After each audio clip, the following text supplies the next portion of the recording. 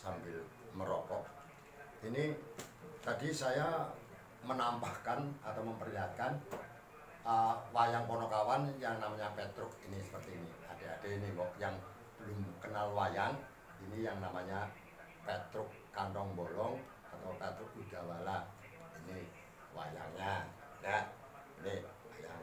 Ini kebetulan wayangnya Gagrak Solo ini. Saya niru gagraknya Pak Mantep ini ya. Ponokawan Gagrak Solo seperti ini ya.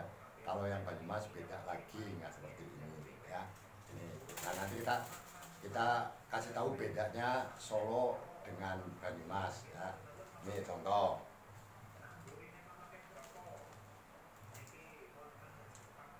Ini contoh yang bawor khas Banyumas ini ya. Ini bawor khas Banyumas. Ini Ponokawan kalau di Banyumas ini adalah anaknya Semar yang nomor 1. Nih, kalau di Solo dinamakan Bagong ya. Bagong. Kalau di Banyumas ini bawor. Ini wayangnya. Kalau adik-adik belum pernah melihat wayang bawor, inilah wayangnya ini. Biasanya adik-adik yang masih di SD SMP kadang-kadang belum kenal wayang, tapi kadang-kadang ada pelajaran lokal mengenai wayang, inilah yang namanya bawor ini ya. Terus ada lagi yang namanya Nolo Gareng ya. Nah, ini Nolo Gareng ini juga kebetulan wayang ini gagraknya Pak Mantep Sudarsono ini kita contoh ini. Kadang-kadang kalau saya di pentas juga pakai ini ya, pakai Ponokawan gagraknya Pak Mantep Sudarsono ini. Ini gareng deh. Jadi kalau adik-adik belum kenal Ponokawan sih siapa aja. Yang pertama adalah Semar. Nah, Semar yang mana? Ini wayang Semar ini ya. Ini Semar. Terus nomor anaknya Semar ada 3 ya. Tadi nomor 1 adalah bawor, terus gareng, terus petruk ya. Itu Ponokawan. Kebetulan ini karena di rumah saya hanya ada wayangnya Ponokawan tok ya, nggak ada yang lain. Tapi kalau di Sanggar lengkap. Saya ada wayang 2 kotak di Sanggar, itu gamelan, baju perangkat komplit, perunggu ya. Di sana setiap harinya buat latihan anak-anak isi Solo. Kebetulan karena masih COVID, pada enggak kuliahnya lewat online, kebetulannya latihannya di Sanggar Tetuko ya. Ini saya pegang wayang ini. Wayang kalau di Banyumas ini dipakai untuk ruatan ya. Ruatan itu untuk membuang sukerta ya. Meruat itu membuang sukerta. Kalau di Islamnya itu di ruqyah. Kalau Jawanya, kejawen itu diruat, membuang sebel puyeng, sial dangkal itu ya. Itu yang namanya ruat ya. Nah, ini kebetulan ini tokoh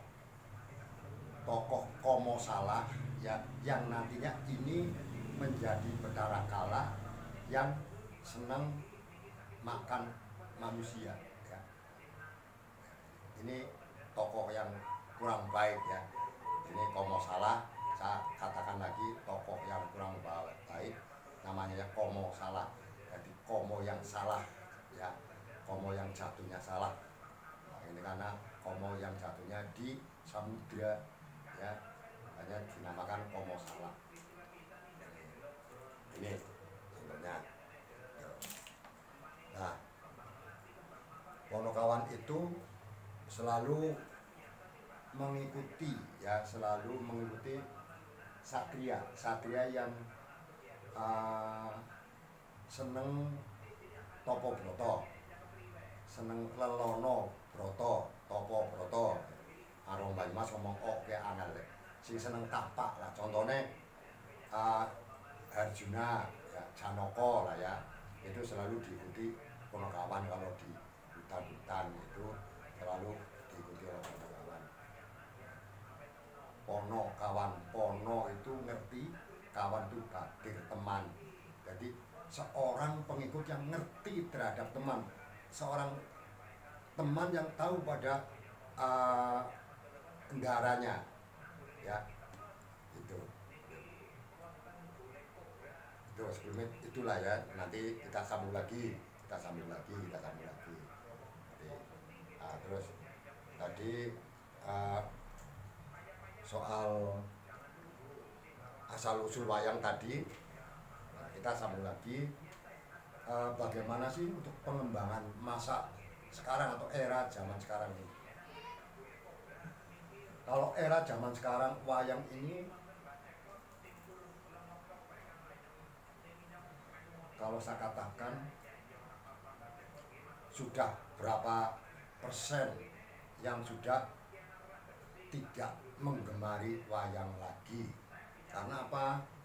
Karena sekarang sudah zamannya dijajah elektronik, ya, sudah dijajah elektronik.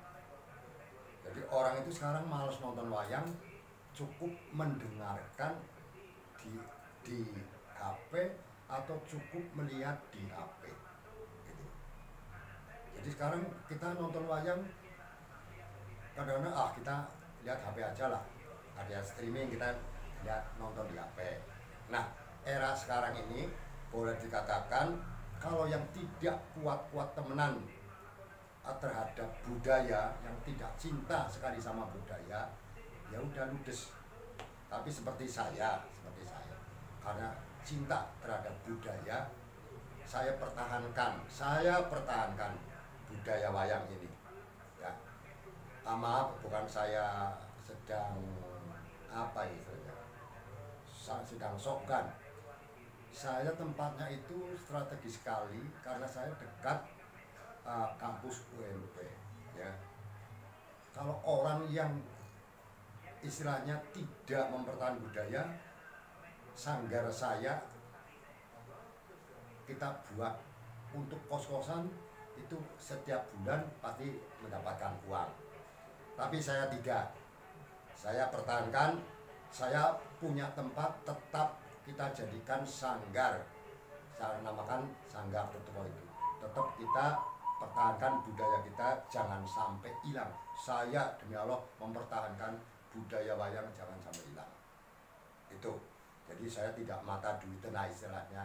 Kalau orang yang mata duitan dan tidak cinta pada budaya, mungkin sanggar itu sudah saya bongkar, sudah buat kos-kosan karena saya dekat dengan kampus UMP. Ya walaupun saya sudah punya hanya berapa kamar, tapi saya tetap menyisihkan tempat untuk sanggar untuk mempertahankan budaya wayang itu.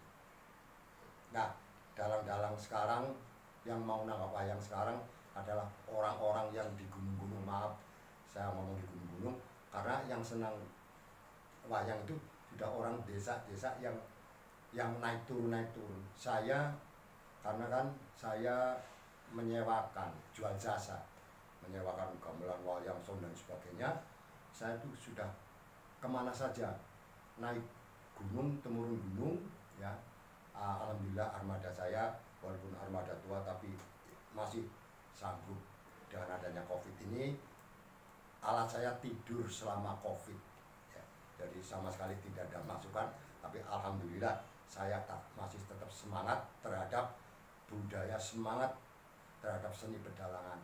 Alhamdulillah sekarang masih ada anak privat ke saya, walaupun sekali lagi saya bukan seorang dalang teror atau kita bukan empu dalang, tapi ada yang percaya terhadap saya dan privat kepada saya. Ada 4 dalang, yang satu SD, yang satu lagi masih kelas 2 MTS, yang satu lagi hampir kelas 3 MTS, yang satu anak SMK.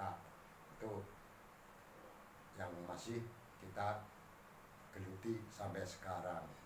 Ya mudah-mudahan banyak peminat-peminat yang mau belajar dalang dengan apa ya, dengan kemampuan saya, menyesuaikan dengan kemampuan saya gitu.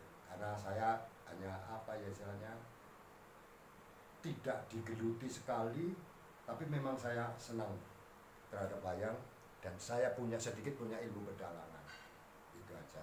Jadi monggo lah yang berminat kalau mau belajar dalang, tapi yang betul-betul ingin jadi dalang. Kalau hanya setengah-setengah saja dan tidak disetujui, tidak direstui orang tua, hanya setengah-setengah, kita percuma saja gitu. Jadi saya menerima yang betul-betul ingin menjadi. Karena apa? Saya selalu menginginkan anak itu ingin menjadi yang profesional. Terima kasih, sekian, bisa nanti kapan lagi sambung lagi. Terima kasih.